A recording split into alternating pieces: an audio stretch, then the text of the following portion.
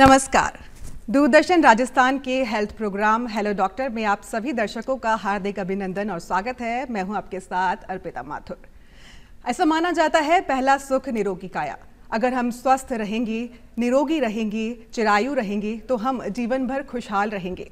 और ऐसा भारतीय संस्कृति में भी कहा गया है कि आयुष्मान भव, यानी जब आशीर्वाद दिया जाता है तो ऐसा ही आशीर्वाद दिया जाता है आयुष्मान भव, यानी कि हमेशा निरोगी बने रहे।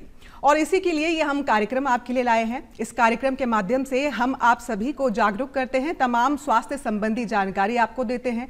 हमारे साथ कुछ गेस्ट जुड़ते हैं, विशेषज्ञ जुड़ते हैं जो उनको आपसे रूबरू करवाते हैं और आपके सभी सवालों के जवाब हम आपको देते हैं ताकि आप स्वस्थ रहें और निरोगी रहें। और आज के इस कार्यक्रम का जो विषय है वो है होम्योपैथी, एक प्रभावी उपचार पद्धति।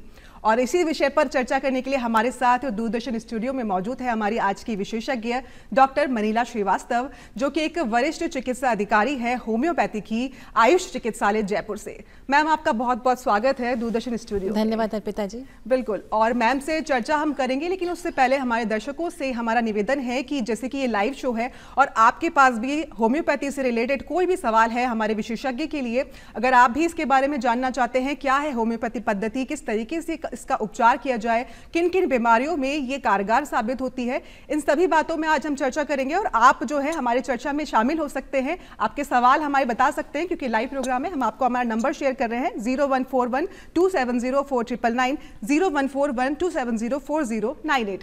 तो लगातार बने रहे हमारे साथ और जल्दी से नंबर घुमा दीजिए।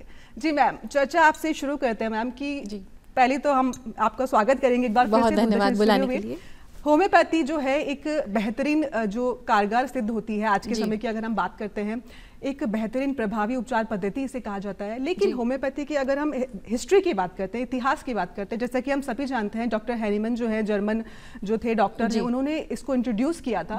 लेकिन होम्योपैथी चिकित्सा पद्धति क्या है उसके बारे में जानना बेहद जरूरी है मैम। देखिए मैम, होम्योपैथी जो है एक वैकल्पिक चिकित्सा पद्धति है, बहुत इफेक्टिव है ट्रीटमेंट में और साइंटिफिकली प्रूवन है। ये एक लक्षण आधारित चिकित्सा है। मरीज के लक्षण के आधार पर हम लोग चिकित्सा देते हैं। इसमें मरीज जो भी लक्षण बताता है उसके आधार पर दवाइयों का निर्धारण किया जाता है। इसके अपने सिद्धांत हैं। इसका पहला सिद्धांत है जिसको हम लोग सिमिलिया सिमिलिबस करंटर बोलते हैं, जिसको हैनीमन जी ने ईजाद किया था। दूसरा इसका सिद्धांत है कि हम लोग बहुत कम मात्रा में दवाई पेशेंट को ठीक करने में उपयोग में लाते हैं। एक बार में पेशेंट को एक ही दवाई दी जाती है और सबसे बड़ी बात ये जो है, ये पेशेंट की इम्यूनिटी को बढ़ाने का काम करती है। किसी भी तरह से ये हानिकारक नहीं होती है और ये पेशेंट को एक होलिस्टिक ट्रीटमेंट देती है। होलिस्टिक मतलब सिर्फ हम लोग उस बीमारी को ही नहीं ठीक करते हैं, हम लोग समूल जड़ से उस रोग को नष्ट करते हैं, हम लोग उस पूरे मरीज को ठीक करते हैं। उदाहरण के लिए मान लीजिए आपके पेट में कोई अल्सर था, तो जो होम्योपैथिक चिकित्सा पद्धति है वो सिर्फ उस अल्सर को ही ठीक नहीं करेगी, वो आपके होम्योपैथिक में केस टेकिंग नाम की चीज़ होती है।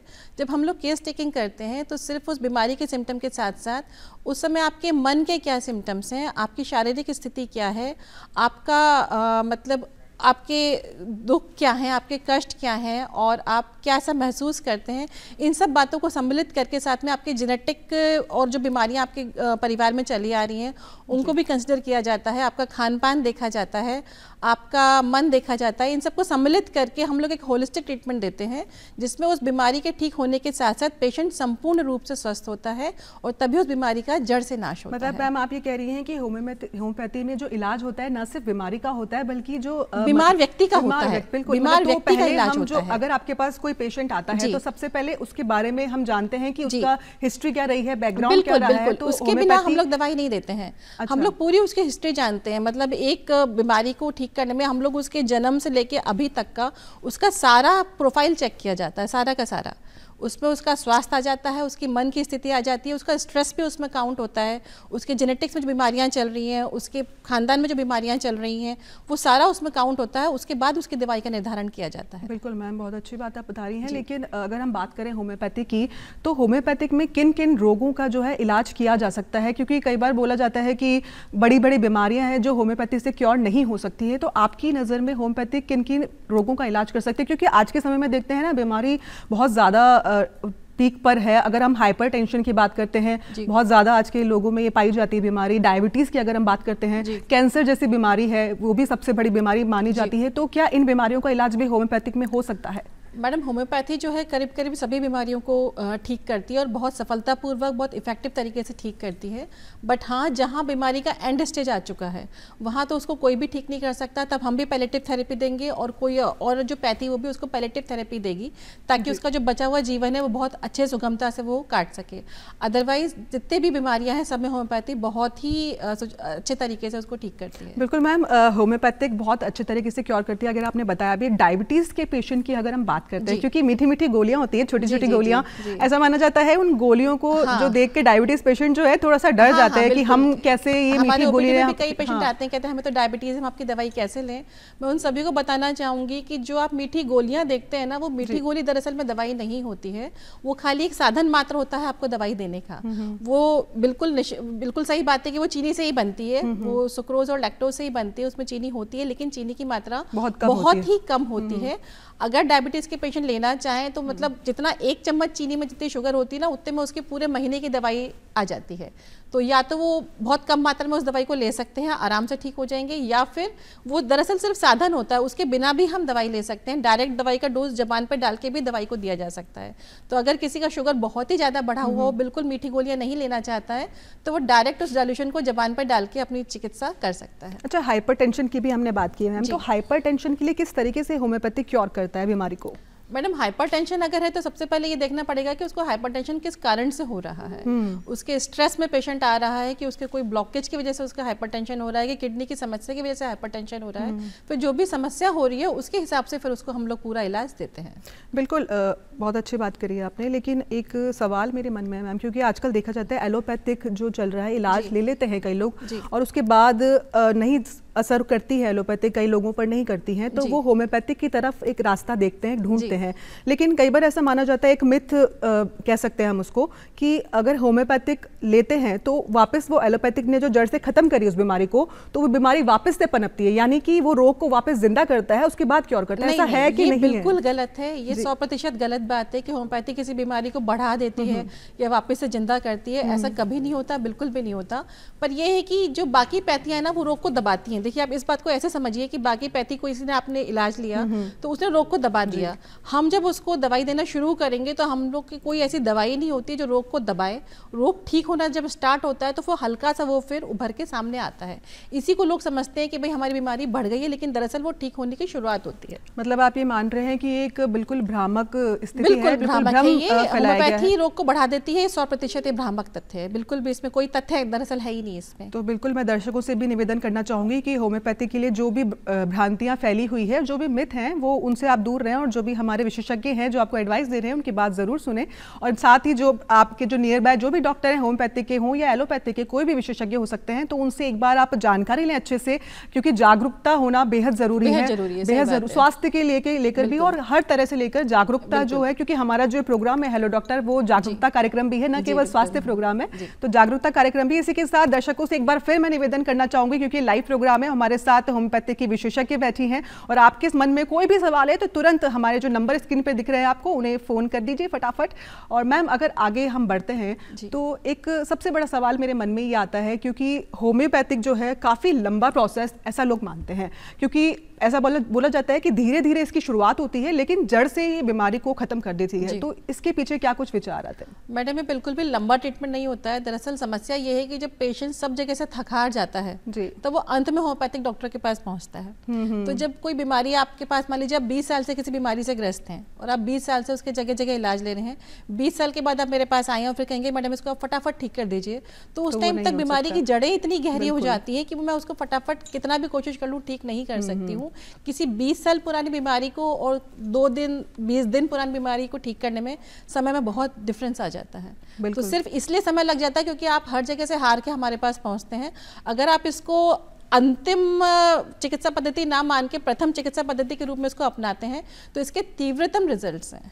मतलब आप कह रहे हैं कि जब जो बीमारी है वो स्टार्ट ही हो रही है, आप तभी चिकित्सा जब आपको डायग्नोज हो जाती है तो उसके बाद ही आप तुरंत इलाज शुरू कर दीजिए, चाहे वो एलोपैथिक हो चाहे वो होम्योपैथिक हो। होम्योपैथिक चिकित्सा पद्धति तो इतनी तेजी से काम करती है कि मतलब जहां आप किसी भी और पैथी, मतलब अगर आप उसको साल ठीक होने में लग रहा है, अगर आप पहली बार हमारे पास आ जाएंगे तो कुछ दिनों से लेके घंटों से लेके दिनों से लेके 1 महीने तक मैक्सिमम आप लोग पूरे स्वस्थ हो जाएंगे। बिल्कुल मैम, अगर होम्योपैथी की बात करते हैं तो कुछ फ़ायदे ज़रूर होते हैं होम्योपैथिक, क्योंकि आज के समय में है, क्योंकि इतना जनरेशन जो बढ़ रही है आगे, इतने आगे हम लोग बढ़ चुके हैं, तो होम्योपैथिक को वापस से जो है सरकार की तरफ से भी ये किया जा रहा है कोशिश कि वापस से लाया जाए, लोगों के बीच में होम्योपैथिक को ज़्यादा बढ़ावा दिया जा रहा है। ऐसे में एक आयुष मंत्रालय भी खोला गया है, आप आयुष के लिए भी काम करती हैं, तो थोड़ा सा हम आयुष के बारे में भी जानना चाहेंगे, एक ब्रीफ में थोड़ा सा अगर इंट्रोडक्शन हमें मिल जाए। आयुष मंत्रालय भारत सरकार की तरफ से इसका गठन किया गया है। इसमें ए से आयुर्वेदा है, वाई से इसमें योगा और नेचुरोपैथी है, एस से इसमें, यू से इसमें यूनानी है, एस से इसमें सिद्धा और स्वांगपो है,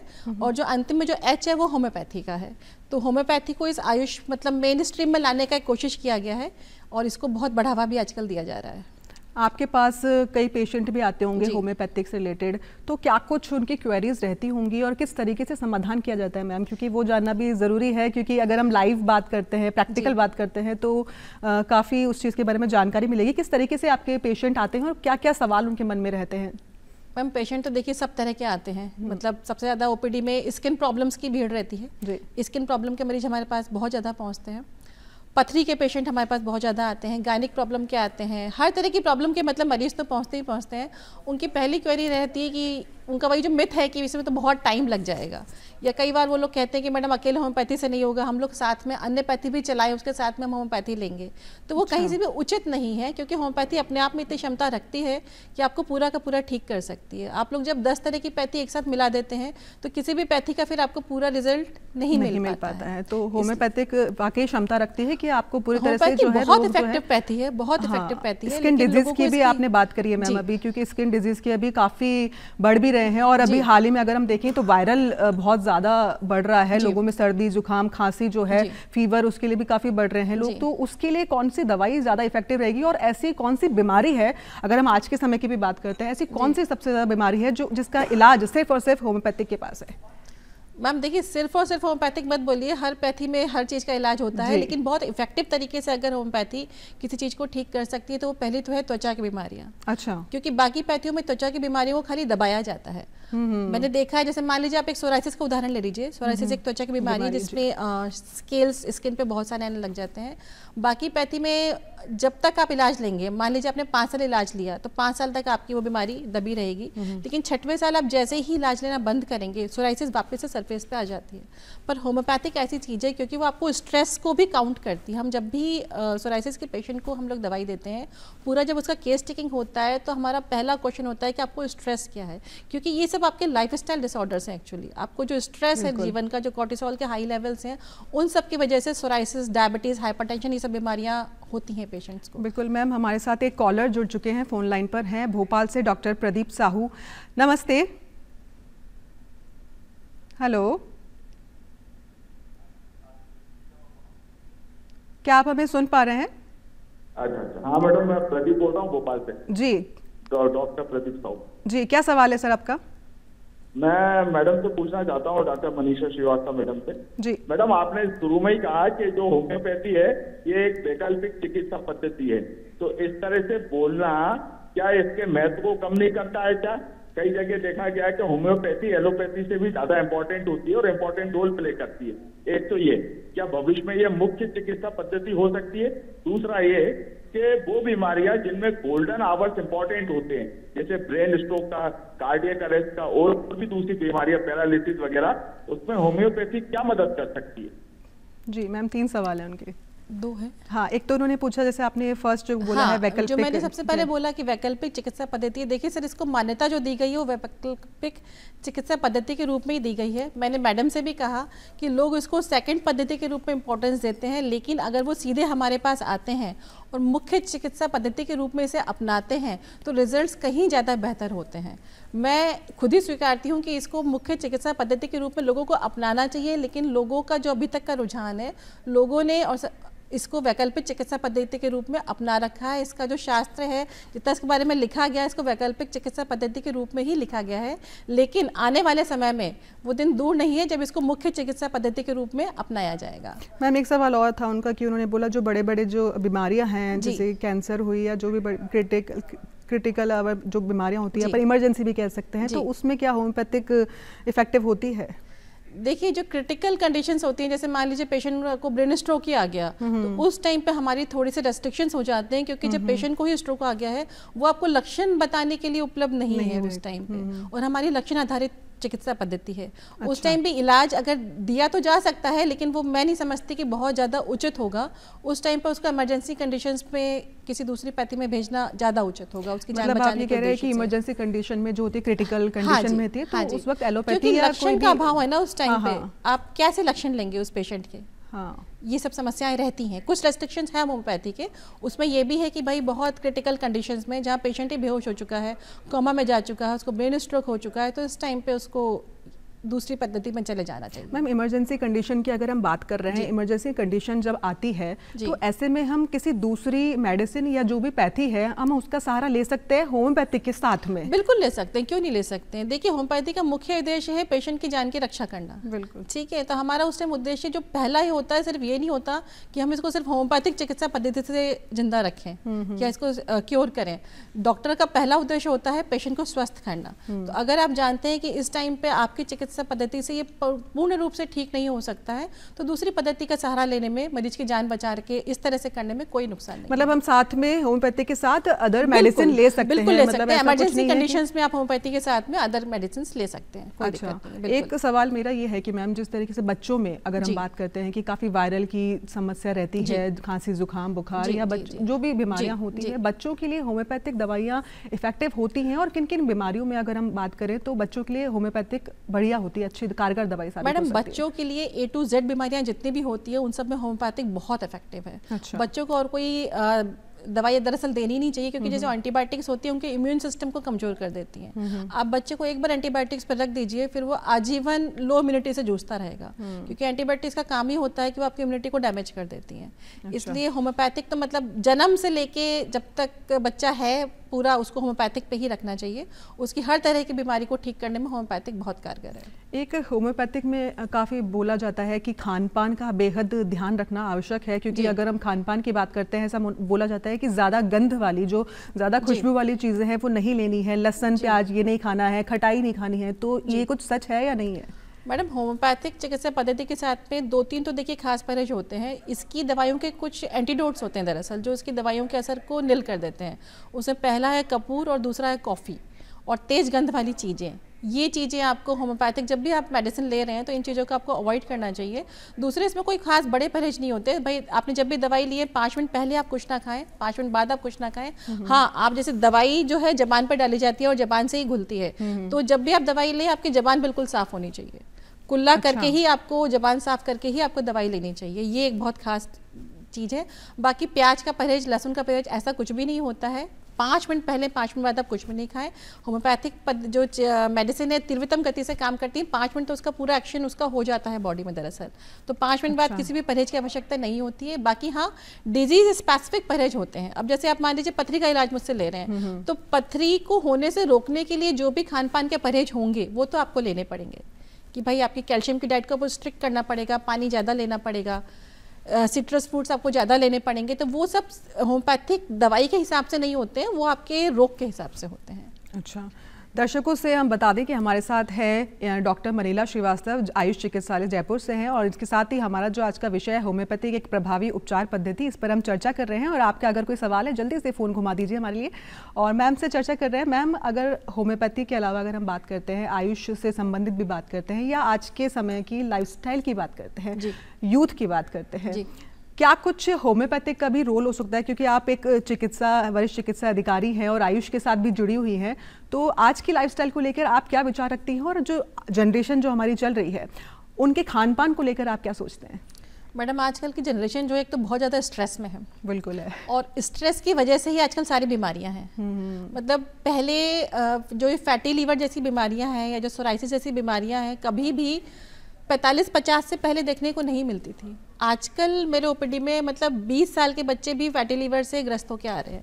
कारण क्या है उसका? उनका खराब खान पान और बहुत ज़्यादा स्ट्रेस। ये सब स्ट्रेस मतलब बीपी की समस्या आजकल 20-22 साल के लड़कों को हो रही है। क्यों हो रही है? क्योंकि आप बहुत ज़्यादा स्ट्रेस में अपना जीवन बिता रहे हैं और आपका खान पान बहुत ज़्यादा खराब है। आप जो बायोलॉजिकल क्लॉक है उसी को फॉलो नहीं कर रहे हैं। एक क्लॉक होती है ना कि भाई आपको सुबह 5-6 बजे उठ जाना है, तो उनका रूटीन क्या होना चाहिए और खान पान कैसा होना चाहिए ताकि एक बेहतरीन दिनचर्या उनकी रह सके और स्वस्थ रह सके? खान पान में आपका जब भी आप अगर हेल्दी खाना खाना चाहते हैं, आपका जो 50% होता है वो फ्रूट्स और वेजिटेबल्स का होना चाहिए। आपके कार्बोहाइड्रेट, फैट और प्रोटीन बहुत ज़्यादा बैलेंस्ड होने चाहिए, बट लोग इसको बिल्कुल भी फॉलो नहीं करते हैं। जंक फूड का आजकल बहुत ज़्यादा चलन है। जंक फूड, हाँ ठीक है, पिज़्ज़ा मंगा लिया, पास्ता मंगा लिया, बर्गर मंगा लिया, कैन ड्रिंक्स आप ले रहे हैं, सारे कैन ड्रिंक्स हैं, पिज़्ज़ा पास्ता बर्गर है, इसमें कोई न्यूट्रिशन नहीं है, इसमें सिर्फ नुकसान है आपको। इसीलिए लोग आजकल छोटी उम्र में ही बहुत सारी गैस्ट्रिक समस्याओं से जूझ रहे हैं, गैस्ट्रिक अल्सर से जूझ रहे हैं, लीवर पे बहुत ज़्यादा प्रभाव पड़ रहा है, फैटी लीवर की समस्या बहुत ज़्यादा आजकल देखने को मिल रही है। लड़कियों में बताऊं आपको, मतलब पहले जो पीसीओडी की समस्या है रेयरली किसी लड़की में 25-30 साल में देखने को मिलती थी। आजकल 15 साल की लड़कियां, 16 साल की लड़कियां, 17 साल की लड़कियां, सब मतलब 10 में से 4 या 5 को तो पीसीओडी के शिकार है। पीरियड सही से नहीं आ रहे हैं, तो उसका कारण खान पान और जो लाइफस्टाइल है, स्ट्रेस है उसका कारण। स्ट्रेस, खान पान नहीं, वो स्ट्रेस से ज़्यादा है। और जब पीसीओडी हो जाता है तो उसके साथ एसोसिएटेड बहुत सारी कंप्लेंट्स होती हैं। आपका वजन बढ़ता है, उसमें आपका खान पान गलत है, हार्मोनल प्रॉब्लम्स में बहुत सारी होती हैं, टेस्टोस्टेरोन का लेवल हाई है, बाकी हार्मोन्स का लेवल लो है, तो वो सारी समस्याएं। मेन तो इसमें स्ट्रेस और आपका खान पान है दरअसल समस्याओं को बिगाड़ने में। बिल्कुल। पीसीओडी की भी आपने बात करी है मैम, पीसीओडी पर महिलाओं के, क्योंकि हमारे दर्शक की महिलाएं भी हैं काफ़ी, तो पीसीओडी के बारे में थोड़ी सी हम चर्चा भी करेंगे कि किस तरीके से होम्योपैथिक में इसका इलाज किया जा सकता है। मैडम होम्योपैथिक में ही इसका एक्चुअली इलाज है, बाकी तो आपको हार्मोन दिए जाते हैं। पीसीओडी में क्या है, पॉलीसिस्टिक ओवरियन डिजीज है। इसमें आपके ओवरी के चारों तरफ छोटी छोटी गांठें हो जाती हैं। वो गांठें ये होती है कि जो एग होता है वो रिलीज नहीं हो पाता, हार्मोन के डिसबैलेंस से वो वहीं पे सिस्ट बन के रह जाता है। ये पीसीओडी है, इसमें हार्मोन का डिसबैलेंस हो जाता है। एलोपैथी में क्या किया जाता है, इस डिसबैलेंस को ठीक करने के लिए आपको हार्मोन के टैबलेट्स दिए जाते हैं। जब तक आप हार्मोन के टैबलेट लेते रहेंगे, आपके हार्मोन रेगुलेटेड रहेंगे, आपको पीरियड्स आ जाएंगे।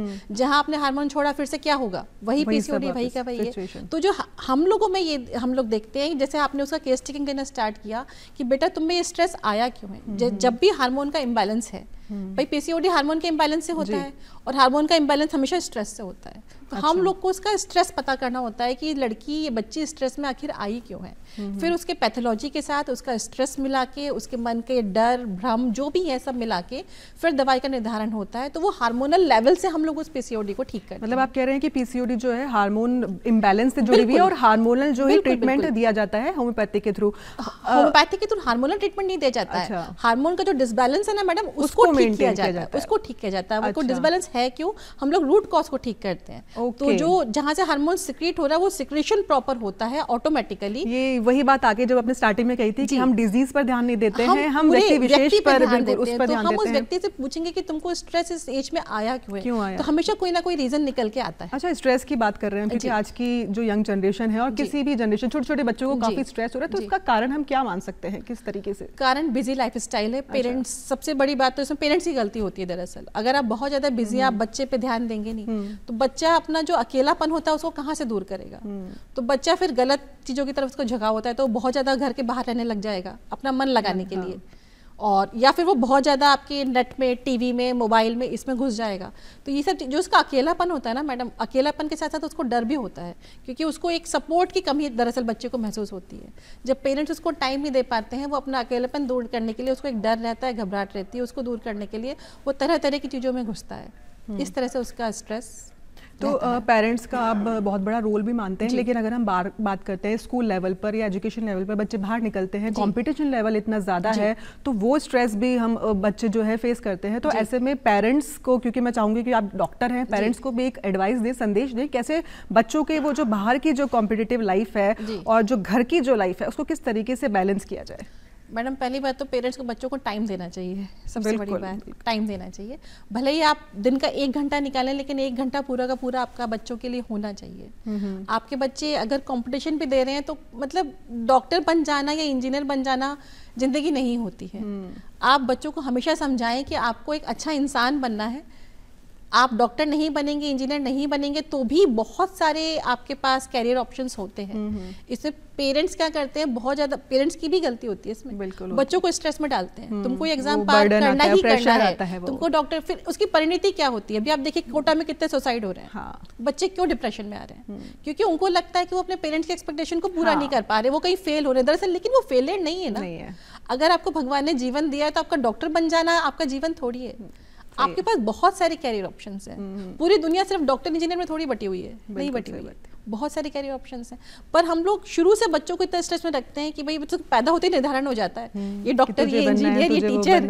फिर बच्चे जब बचपन से जब बड़े होते हैं उसी एक्सपेक्टेशन के साथ कि पापा ने तो मुझे डॉक्टर ही देखना है, इंजीनियर ही देखना है, टीचर ही देखना है। फिर जब वो नहीं पूरा कर पाते हैं तो फिर स्ट्रेस में आते हैं और फिर डिप्रेशन, फिर सुसाइड। तो ये पेरेंट को समझना चाहिए कि भाई आपकी जो इच्छाएं हैं उसको बच्चा बहुत तरीके से पूरा कर सकता है, उसके लिए आप बहुत ज़्यादा उसको स्ट्रेस मत दें। बिल्कुल मैम, क्योंकि हम होम्योपैथी पे बात करते हैं, होम्योपैथिक प्रभावी उपचार पद्धति आज हम जो बात कर रहे हैं उस पर है। अगर हम बात करें कुछ चुनिंदा बीमारियां होती हैं, जैसे अगर हम थायराइड की भी बात करते हैं, थायराइड में किस तरीके से होम्योपैथिक का उपचार के लिए उपचार होता है? थायराइड जो होता है वो भी एक हार्मोनल प्रॉब्लम है। अच्छा, थायराइड एक हार्मोन का प्रॉब्लम है। अगर हार्मोन ज़्यादा सिक्रीट होने लग गया तो जो टीएसएच जो स्टिमुलेट करता है थायराइड ग्लैंड को, अगर हार्मोन ऑटोमेटिकली ग्लैंड से ज़्यादा सिक्रीट हो रहा है तो टीएसएच लेवल घटने लग जाता है, अदरवाइज वो बढ़ने लग जाता है। तो ये मेन क्या है, हार्मोन का प्रॉब्लम है। हार्मोन मैंने बताया स्ट्रेस से और आपकी लाइफस्टाइल से इसमें गड़बड़ी आती है। तो हम लोग जब भी इसको ट्रीट करते हैं तो वही जो हमारी केस टेकिंग होती है, पेशेंट से पूछा जाता है कि भाई तुमको जो मानसिक आघात, हार्मोन जब भी डिस्टर्ब होंगे ना वो आपके किसी इमोशनल डिस्टर्बेंस से डिस्टर्ब होंगे।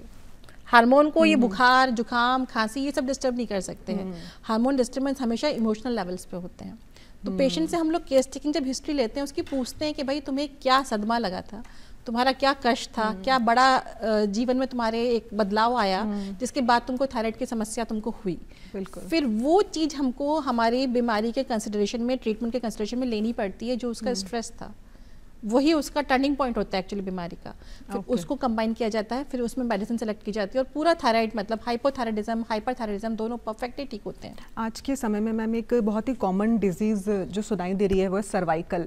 आजकल बहुत छोटे छोटे एज में सर्वाइकल ऐसा देखा जा रहा है, छोटे छोटे यंग लोगों को भी हो रहा है, बड़े से बड़े लोगों को भी हो रहा है। सर्वाइकल का कारण भी हम आपसे जानना चाहेंगे, लेकिन होम्योपैथिक में क्या सर्वाइकल का जो है उपचार हो सकता है? बिल्कुल मैडम, 100% उपचार हो सकता है। सर्वाइकल का कारण जो आजकल ज़्यादा सर्वाइकल स्पॉन्डिलाइटिस जो सुनने में आ रहा है, कारण हमारा मोबाइल है। अच्छा हम लोग घंटों अपना मोबाइल इस तरह से लेके गर्दन का पोस्चर बिगड़ जाता है, प्रॉब्लम दरअसल ये। या फिर जितने भी इसमें है ना अपने आईटी इंडस्ट्री में जैसे बच्चे जो रहते हैं, वर्किंग है, तो उनका जो पोस्चर है दिन भर एक फिक्स जगह पे झुक के इस तरह से करना, तो ये आपके सर्वाइकल रीजन को बहुत ज्यादा परेशान करता है। होम्योपैथिक में कैसे क्योर हो सकता है इससे? मैडम पूरा ट्रीटमेंट होता है इसमें, देखना पड़ता है कि कौन सा जो सर्वाइकल है वो कौन सा उसमें मतलब उस किस सर्वाइकल में प्रॉब्लम आ रही है। मेडिसिन सारी की सारी रहती है, पेन रिलीव हो जाता है पूरा का पूरा।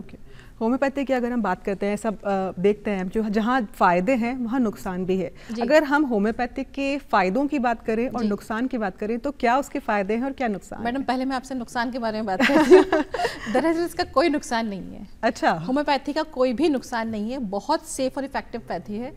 नुकसान एक ये है कि लोग इसको इजी पैथी मान के इसको गूगल से सर्च करके लोग, पर कई बार ऐसा होता है ना कि प्रॉपर डोज जो है लोग समझ नहीं पाते हैं, मैं वही बता रही हूँ आपको, वही बता तो वो उनको साइड इफेक्ट कर जाता है। जो इजी पैथी मान के लोग इसको खुद ही किताबें पढ़ के, आपने 4 किताबें पढ़ी और आप चिकित्सक बन गए और आपने दवाइयाँ खा ली, वो दवाइयाँ आपको निस्संदेह नुकसान पहुँचाएंगी। क्योंकि होम्योपैथिक में डोज कितनी और कब लेनी है इसका बहुत ज़्यादा महत्व होता है। और जब आप खुद गूगल देख के या किताब पढ़ के आप उस ज्ञान को जब अपने ऊपर अप्लाई करते हैं ना, तो आपको नहीं पता कि डोज को रिपीटेशन कब करना है, तो वो निस्संदेह आपको नुकसान पहुंचाएगी।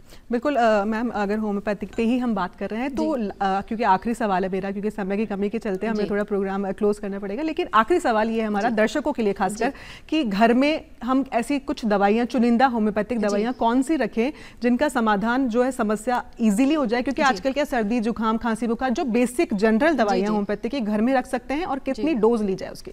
ठीक है, मैं आपको 7-8 दवाइयों के नाम बता देती हूँ जिसको दर्शक आराम से नोट कर सकते हैं और घर पे रख सकते हैं। आप रखिए एकोनाइट और बेलाडोना 30 के नाम से दवाइयाँ आती हैं। एकोनाइट 30 और बेलाडोना 30 ये बुखार के लिए बहुत अच्छी दवाइयाँ हैं। ठीक है, जेल्सिमियम 30 और आर्सेनिक 30 आप रखिए, सर्दी खांसी जुकाम के लिए रख लीजिए।